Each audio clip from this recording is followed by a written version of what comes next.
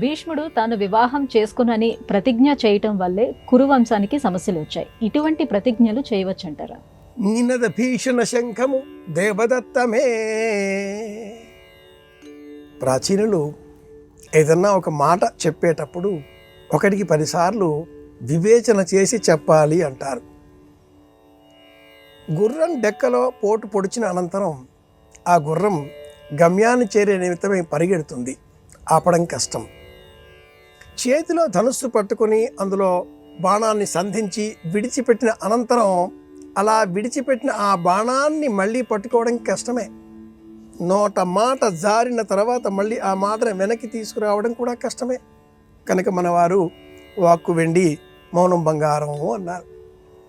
అనవసరంగా మాట్లాడకూడదు, ఆవేశంతో నిర్ణయాలు ప్రకటించకూడదు. ఆవేశంతో ఒక నిర్ణయాన్ని ప్రకటిస్తే అన్న మాటకు కట్టుబడి ఉండవలసి వస్తుంది. 8 మంది దేవతలలో 8వ వాడైన ప్రభాసుడు తన భార్య మాట విని గౌతమ మహర్షి వద్ద ఉన్న ఆ కామధేనువును అపహరించే ప్రయత్నం చేశాడు. ఈ 8 మంది దేవతలకు వసువులు అన్న పేరు ఉంది. వసుర్వా సవ ఏవచ. ప్రాణానికి ఆధారమైన రూపం వీరు. వీరిలో 7గురిని కూడా గంగాదేవి నీటికి అర్పణ చేసిన అనంతరం మిగిలిన 8వ వాడైన ఈ ప్రభాసుడు దేవదత్తుడిగా నామం పొంది తండ్రి కోసం, శంతనుడి కోసం భీషణమైన ప్రతిజ్ఞ చేసి భీష్ముడు అన్న పేరు పొందాడు.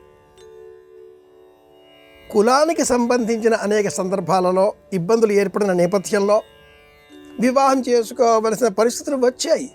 కానీ అన్న మాట కోసం నిలబడవలసి వచ్చింది. శాస్త్రంలో వివాహం చేసుకోకుండా బ్రహ్మచారిగా మరణించరాదు. యువకుడు అయినా యువతి అయినా కూడా. ఈ 2 కథలను మనకు మహాభారతం వివరిస్తుంది. మగవారికి సంబంధించి యువకులుగా భీష్ముడు, మహిళలకు సంబంధించి వృద్ధకన్య అన్న పేరిట బలరాముడు తెలియజేసేటటువంటి వృత్తాంతం ఒకటి చివరిలో వస్తుంది.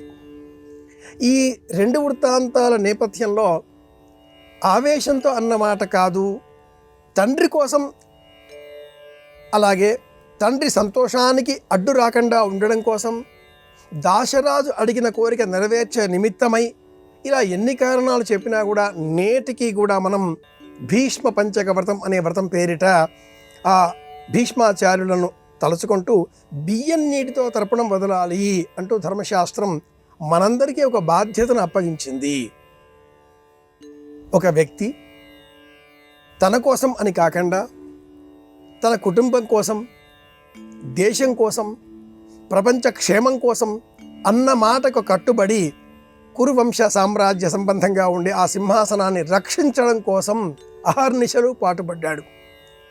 కురువృద్ధుడు అన్న పేరు పొందాడు. తన సభలో ఎటువంటి అమర్యాదలు, అవమానాలు తనకు కలిగినా, తాను అభిమానించేటటువంటి పాండవ పక్షానికి కలిగినా అన్నీ సహించాడు, భరించాడు. అంతటి ఓపిక, నిబద్ధత, రాజనీతిజ్ఞత కలిగిన కారణం చేత భీష్ముడికి మనం ఇలాంటి భీష్మ తర్పణం పేరిట అతడి బాధ్యతను మనం స్వీకరించి ఉత్తమ లోకాలు కలిగించాలి అంటూ మన ప్రయత్నం మనం చేస్తున్నాం. ఈ వృత్తాంతం మనం చెప్పే బోధ నీతి ఒకటే. అనర్థం ఆవేశంతో మాట్లాడడం, అనర్థం అన్న మాట అలా వేగంగా అనేయడం ఒక్కసారి ఆలోచించాలి. ఇది ముఖ్యం.